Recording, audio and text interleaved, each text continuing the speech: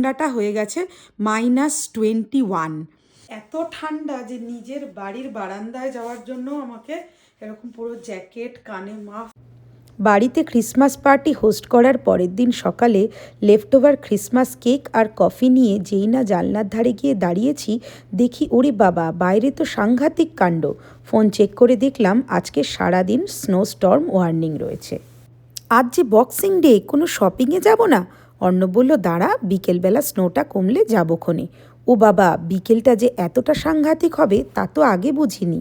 Generally ঠান্ডাটা একটু কম থাকে যেদিন স্নোফল হয়, কিন্তু আজকে স্নোফলটা একেবারে ডিফারেন্ট। প্রচণ্ড জোরে হাওয়া দিচ্ছে, তাই জন্য ঠান্ডাটাও খুব বেশি। আমি অনেক সময় ভিডিওতে বলে থাকি যে আজকে এখানে টেম্পারেচার -20, -25।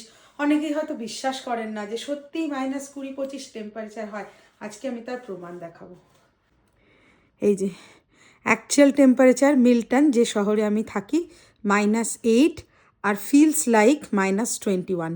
মানে এত জোরে হাওয়া দিচ্ছে যে অ্যাকচুয়ালি -8 টেম্পারেচার, কিন্তু এটা গায়ে হাওয়াটা বিধছে বা ঠান্ডাটা হয়ে গেছে -21।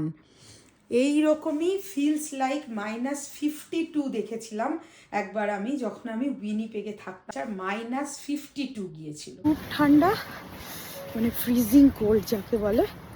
বক্সিং ডে আজকে এখানে প্রচুর ডিলস চলে, কিন্তু আমরা আসতেই পারিনি সকাল থেকে। এই 7টার সময় একটু স্নোস্টর্মটা কমলো, তাই এসছি। রাস্তাঘাট কিচ্ছু এখনও ভালো করে পরিষ্কার হয়নি, প্রচণ্ড স্লো ড্রাইভ করে আমাদের আসতে হলো। This is how it is right now. পড়িস না সাবধানে।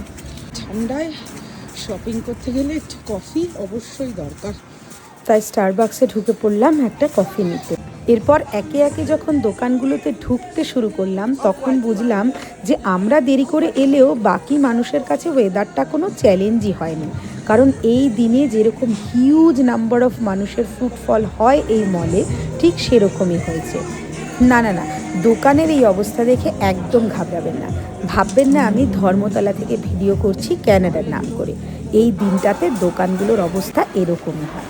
আমি আজ ভুলবশত স্নোবুটটাই পরে যাইনি, আর আমার পায়ের অবস্থা দেখলে বুঝতে পারবেন আমার প্যান্ট এতক্ষণে অর্ধেক ভিজে গেছে। গাড়ির ওপর মোটা হয়ে স্নোয়ের আস্তরণ। ওদেরকে এখন পেছনের গ্লাসটা অ্যাটলিস্ট পরিষ্কার করে নিতে হচ্ছে, নইলে রাস্তাঘাটে দেখতে খুবই অসুবিধা হবে। তার ফ্রন্টের স্নো তো ক্লিনই হচ্ছে না। তাহলে কি হবে এখন? আমরা কি করবো এতক্ষণ? তারপর ছাড়তে পারবো। ফাইনালি গাড়ির হিটার চালিয়ে স্নো এখন কিছুটা গলেছে, এবারে আমরা গাড়ি স্টার্ট করব।